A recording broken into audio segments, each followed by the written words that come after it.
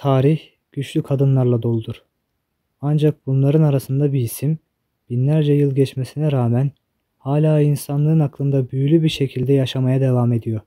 Kleopatra. O sadece bir kraliçe değil, aşkı ve erotizmi siyasi bir silah olarak kullanan, ihanetleri zekasıyla yöneten, düşmanlarını baştan çıkararak dize getiren bir efsaneydi.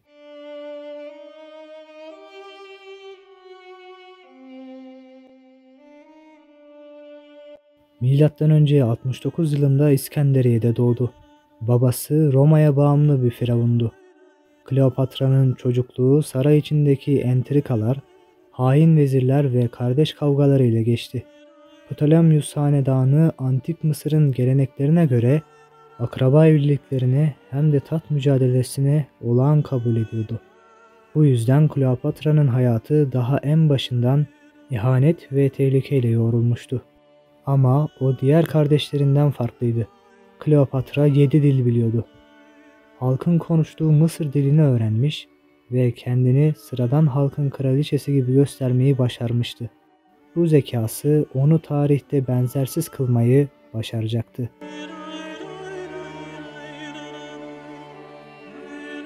Kleopatra gelenek gereği küçük kardeşiyle evlendirildi. Ama bu evlilik aslında bir düşmanlık hikayesinin başlangıcıydı. Antik Mısır'da firavunlar için kardeş evliliği sıradan bir durumdu. Çünkü onlar kendilerini tanrıların yeryüzündeki temsilcisi olarak görüyorlardı. Tanrıların kanı kirlenmemeliydi. Bu yüzden hükümdarlar kız kardeşleriyle, hatta bazen öz çocuklarıyla evlenirdi. Bu evlilikler sadece aşk için değil, iktidarın kutsallığını ve hanedanın saflığını korumak içindi. Bugün bize akıl almaz gelen bu gelenek, o dönem için devletin bekası ve tanrısal düzenin devamı demekti.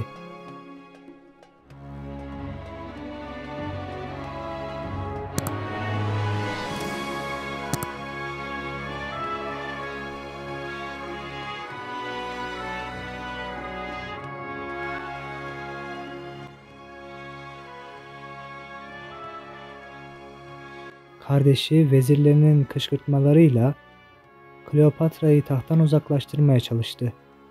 İskenderiye sokaklarında kanlı isyanlar çıktı. Kleopatra sürgün edilmek zorunda kaldı. Ama o yılmadı. Tahtı geri almak için zekice bir plan kurdu. Bu planın adı Roma'ydı.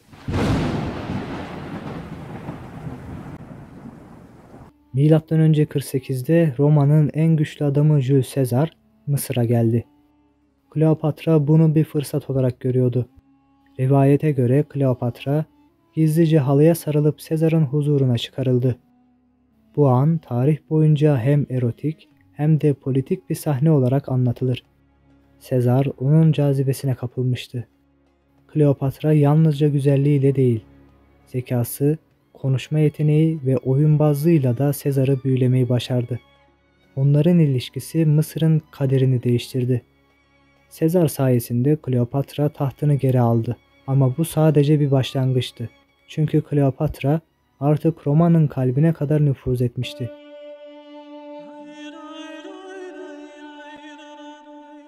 Kleopatra aşkı sıradan bir duygu olarak görmüyordu. Onun için aşk bir strateji, bir savaş aracıydı. Sezar'la olan ilişkisi Roma'da büyük bir yankı uyandırdı.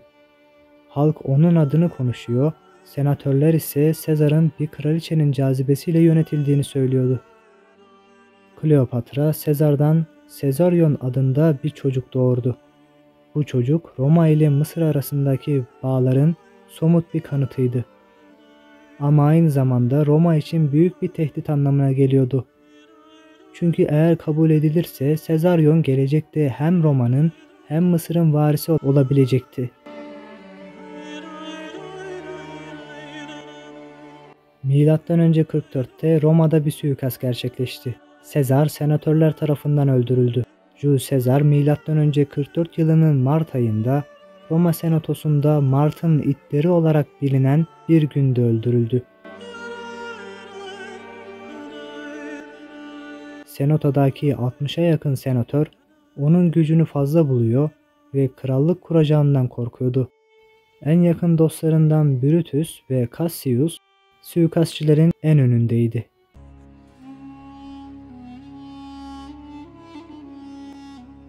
Sezar arka arkaya aldığı onlarca hançer darbesiyle Senato basamaklarında can verdi. Kleopatra ise o sırada Roma'daydı. Sezar'ın sevgilisi ve çocuğunun annesi olarak bu ölüm onun için hem siyasi hem de kişisel bir yıkım oldu. Sezar sayesinde Roma'da güçlü bir konuma sahipti ama suikast sonrası bu güvenceyi de kaybetmiş oldu. Tarihçiler Kleopatra'nın derin bir korkuya kapıldığını, Roma'dan hemen Mısır'a geri döndüğünü yazar. Artık tek amacı tahtını ve oğlunu korumaktı. Kleopatra bir anda en güçlü müttefikini kaybetti. Roma artık onun için büyük bir tehlikeydi. Ama Kleopatra pes etmedi. O hayatta kalmak için yeni bir yol bulmak zorundaydı.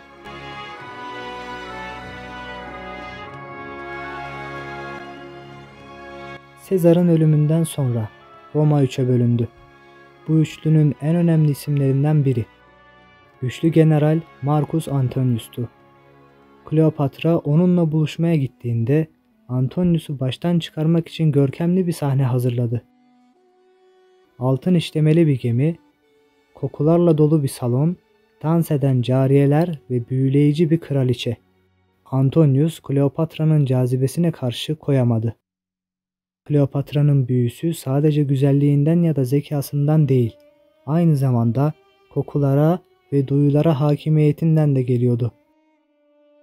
Antik Mısır'da koku sadece hoş bir ayrıntı değil, tanrılarla iletişim, büyü, cazibe ve iktidar aracıydı. Kleopatra da bunu çok iyi biliyordu. Onun döneminde Mısır'da kullanılan parfümler bugün bildiğimizden çok daha yoğun, ağır ve mistik kokulardı. Gül, yasemin, nergis, lotus çiçeği, tarçın, mür, öd ağacı ve özellikle misk. Kleopatra bu kokuları ustalıkla birleştirip kendine özgü karışımları hazırlatıyordu. Rivayetlere göre kendi adına özel bir parfüm evi vardı ve sadece saray içinde üretim yapılıyordu. Kleopatra karşısındaki kişiyi daha görmeden büyülemeye başlardı. Tarihçiler onun Tarsus'ta Marcus Antonius'ta buluşmaya giderken gemisini mor renkli yelkenlerle ve yakılan egzotik tütsülerle donattığını anlatır. Daha gemi limana yaklaşmadan havaya yayılan o yoğun koku Antonius'un merakını ve hayranlığını arttırmıştı. Yani Kleopatra önce burna, sonra göze, en sonda kalbe hitap eden bir kadındı. O kokuyu tam da bir silah gibi kullanıyordu.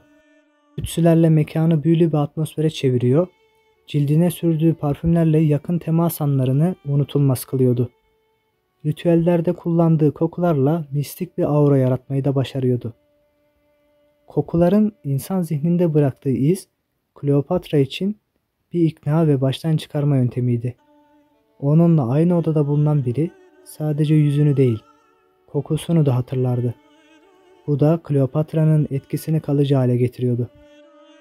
Kısacası Kleopatra, parfümü bir süs değil, bir siyasi strateji ve duygusal tuzak olarak görüyordu.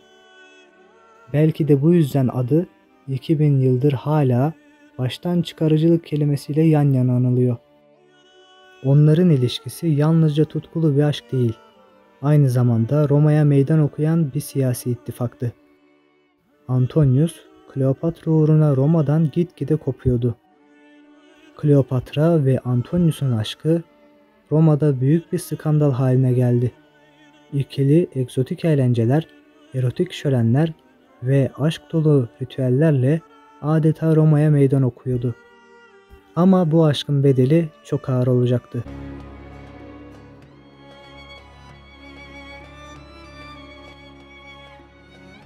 Roma'nın yeni lideri Octavianus bu ilişkiyi ihanet olarak gösterdi.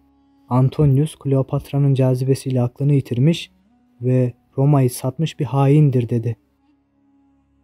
Milattan önce 31'de Roma ile Mısır donanmaları Actium Savaşı'nda karşı karşıya geldi. Kleopatra'nın donanması Roma'nın disiplinli ordusu karşısında bozguna uğradı. Antonius ve Kleopatra kaçarak İskenderiye'ye geri döndüler. Bu yenilgi onların sonunu hazırladı. Antonius Kleopatra'nın öldüğünü zannederek intihar etti. Sonunda Octavian'ın güçleri Mısır'a girdi. Gerçeği öğrenince Kleopatra da artık teslim olmamaya karar verdi. Çünkü Roma'ya esir düşmek onun için yaşayan bir ölü olmaktan farksızdı.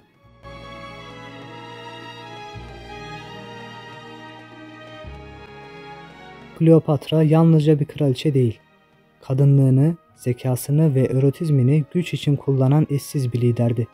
Antik Mısır'da krallar ve kraliçelerin tanrısal bir güç taşıdığına inanılırdı. Kleopatra da bu inancı kullanarak erotizmi bir tür ritüel haline getirdi. Onun için cinsellik sadece zevk değil, aynı zamanda siyasi ve dini bir ayin gibiydi. Bazı yazarlara göre tapınaklarda yapılan gizli törenlerde tanrılarla birleşmeyi sembolize eden cinsel ritüeller gerçekleştirirlerdi. Kleopatra ritüellerinde ve günlük yaşamında yılanı bir sembol olarak kullanmasıyla bilinir. Kleopatra'nın en bilinen sembolü olan yılanlar, özellikle kobra, onun için güç, koruma ve kutsallık anlamını taşıyordu. Antik Mısır'da kobra, firavunların taşlarında ve sembollerinde yer alıyordu.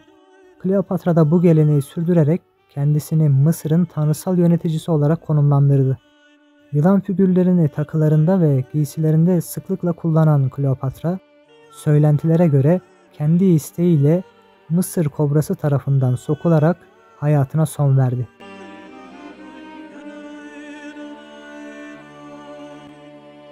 Bu efsanevi son Kleopatra'nın kendi kaderini tayin etme cesaretinin bir sembolü haline gelmişti. Onun ölümü bir teslimiyet değil, kendi onurunu ve aşkını koruma eylemiydi. Böylece Kleopatra, Roma'nın ellerinde bir esir olmaktansa kendi efsanesini kendi elleriyle yazdı ve sevdiği adama kavuşmak için bu dünyadan ayrıldı.